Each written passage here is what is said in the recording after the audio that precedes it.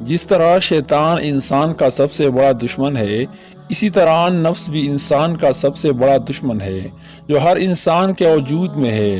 اور نفس کی 3 اقسام ہے۔ امارہ جو انسان کو بہکانے میں پورا دن مشغول رہتا ہے، ہر وہ برے کام، ہر بری سوچ جو وہ چاہتا ہے کہ انسان کرے، اور کئی لوگوں نے نفس کے پیچھے بھاگ بھاگ کے اپنی زندگی اور آخرت برباد کی ہے۔ اب اس کو کیسے قابو کرے؟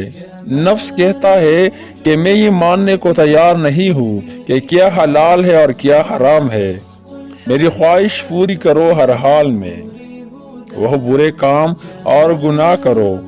اب انسان کیا کرے؟ اس کی بات مان کے خود کو اپنے ہاتھوں جہنم میں دھکیل دے یا خود کو موت سے پہلے بچائے۔ نفس کو قابو پانے کا بس یہی ایک طریقہ ہے کہ اس کے خلاف جہاد کرو، اور یہ افضل جہاد ہے کہ تو اپنے نفس اور اس کی خواہشات کے خلاف اللہ تعالی کی ذات کے لیے لڑے۔ جب تک تم اپنے نفس سے خود نہیں لڑو گے، وہ آپ کو بہکاتا رہے گا۔ اور جس انسان کے اگر دل میں ایمان ہوگا، وہ نفس پہ قابو پا سکتا ہے۔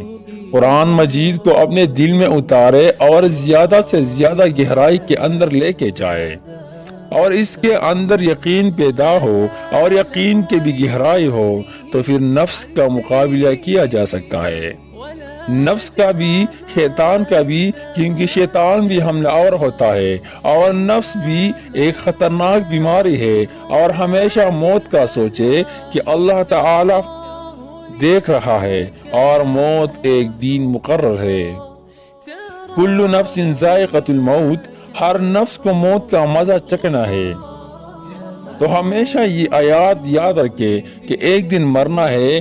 اللہ کو کیا جواب دو گے؟ بس اس خطرناک بیماری کو اپنے اندر پیدا نہ ہونے دے، بلکہ اس کا ڈٹ کے مقابلہ کرے اور شکست